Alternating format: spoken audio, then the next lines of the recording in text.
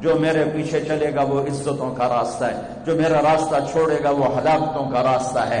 ساری دنیا کا سردار بنایا، سارے عالم کا سردار بنایا، سارے نبیوں کا سردار بنایا، جنات اور ملائکہ اور عرش سدرۃ المنتہا تک جن کی نبوت کا ڈنکا بجا اور ساتوں آسمان سکڑ گئے اور سدرۃ المنتہا بھی راستے میں اسٹیشن بنا، عرش کے دروازے بھی کھل گئے اور اوپر میرے رب کے اور مخلوق کے درمیان لاکھوں کروڑوں پردے بھی اٹھ گئے اور اللہ اور حبیب اللہ آمنے سامنے ہو گئے۔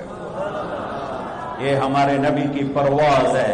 وہ کیسا نبی ہے جو دونوں آنکھوں سے اللہ کو دیکھ لے اور پھر صحیح سلامت دنیا میں واپس آ جائے۔ ان کی یہاں نظر کی کیا طاقت ہے، ان کے کانوں کی کیا طاقت ہے، براہ راست اللہ کا کلام سن رہے ہیں۔ موسیٰ علیہ السلام پر ایک تجلی پڑی، بے ہوش ہو کے گرے اور کتنے دن تک ہوش نہ آیا، اور یہاں تجلیات ہی تجلیات ہیں کہ جس شخص نے ایک فرض روزہ چھوڑ دیا پھر قیامت تک اس کی قضا میں نفل روزے رکھتا رہا تو ایک روزے کا یہ سارے روزے بدلہ نہیں ہو سکتے۔ ایک نماز چھوڑ دی اور پھر اس کی قضا میں قیامت تک نفل پڑھتا رہا تو فرض نماز کی ایک رکعت کے ایک سجدے کے برابر بھی نہیں ہے۔ فرض میں اتنی طاقت ہے تو اللہ کی رحمت کیسے متوجہ ہوتی ہے کہ رمضان کے مہینے میں اللہ فرماتے ہیں میرے محبوب کی امت ہے، ایک فرض کو 70 کے برابر کر لو، اور پھر فرماتے ہیں نفل کو فرضوں کے برابر کر لو، اور پھر فرماتے ہیں جو رات کو تراویح پڑھے گا، دن میں روزہ رکھے گا، آخری رات اسے ایسے دھو دوں گا، دھو کے پاک کر دوں گا کہ اس کے ذمے گناہ کا ایک جھوٹ، دھوکہ، ظلم یہ قوموں کو تباہ کر دیتا ہے۔ کسی بھی قوم کی ہلاکت کے لیے کبھی کوئی سازش کامیاب نہیں ہوتی، وہ اپنے اندر سے ہلاک ہوتے ہیں، اور وہ تین چیزیں ہیں: جھوٹ، دھوکہ، ظلم و ستم۔ ایک فرد میں ہو، ایک قوم میں ہو، ایک ملک میں ہو، یہ برباد ہو جائیں گے۔ سچائی اور دیانت اور انصاف جس ملک میں، جس قوم میں، جس فرد، جس ادارے میں، اللہ اس کو عزت دے گا، جو سورج کی طرح چمکائے گا چاہے اللہ کا انکار کرتا۔ اور جو جھوٹ، ظلم اور زیادتی کا شکار ہیں وہ راتوں کو تہجد پڑھیں، دن میں روزے رکھے، اللہ ان کو ذلیل کر دے گا۔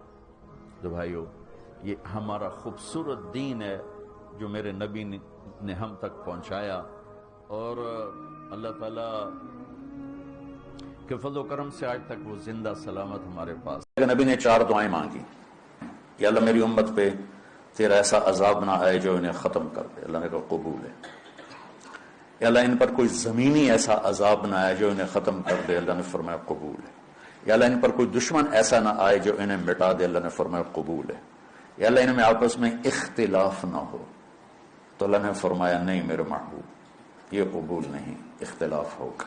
یہ پیپر ہو رہا ہے، امتحان ہے، امتحان میں ہم دیکھیں گے کون حدود پہ قائم رہتا ہے، کون حدود کو پار کرتا ہے۔ تو اختلاف اس کائنات کی لازمی چیز ہے، مذہب کے نام پر بھی ہوگا، سیاست کے نام پر بھی ہوگا، اور چھوٹی چھوٹی باتوں پر ہوگا، اور صحیح نیت کے ساتھ بھی ہوگا اور فساد کی نیت کے ساتھ بھی ہوگا۔ تو جب میرا اللہ کہہ رہا ہے اختلاف ہوگا، پھر کہہ رہا ولا تفرقوا، دیکھو تم اختلاف کرو لیکن فرقہ واریت کا شکار نہ ہو، مسلمان بن کے چلو، اللہ کے واسطے فرقہ واریت کی لعنت سے نکلو۔ میرے نبی نوکروں کے ساتھ بیٹھ کے کھانا کھاتے تھے، اپنے ملازموں کے ساتھ بیٹھ کے کھانا کھاتے تھے۔ تمہارے گھروں میں نوکروں کے برتن الگ ہوتے ہیں، تمہارے الگ ہوتے۔ تمہارے برتن میں نوکر پانی پی لے اس کی شمت آ جاتی، تمہارے برتن میں نوکر روٹی کھا لے اس کی شمت آ جاتی۔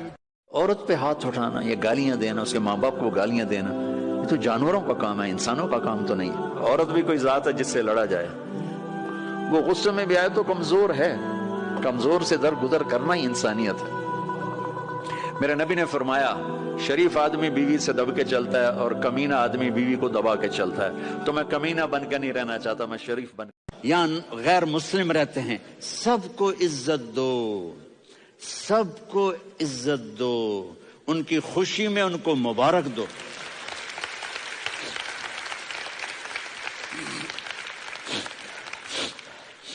وہ ان پہ غم آئے تو جا کے ان کے دکھ درد کو بانٹو. وہ بیمار ہو جائیں تو ہاسپٹل پوچھنے جاؤ، وہ مر جائیں تو گھر والوں سے جا کر افسوس کرو.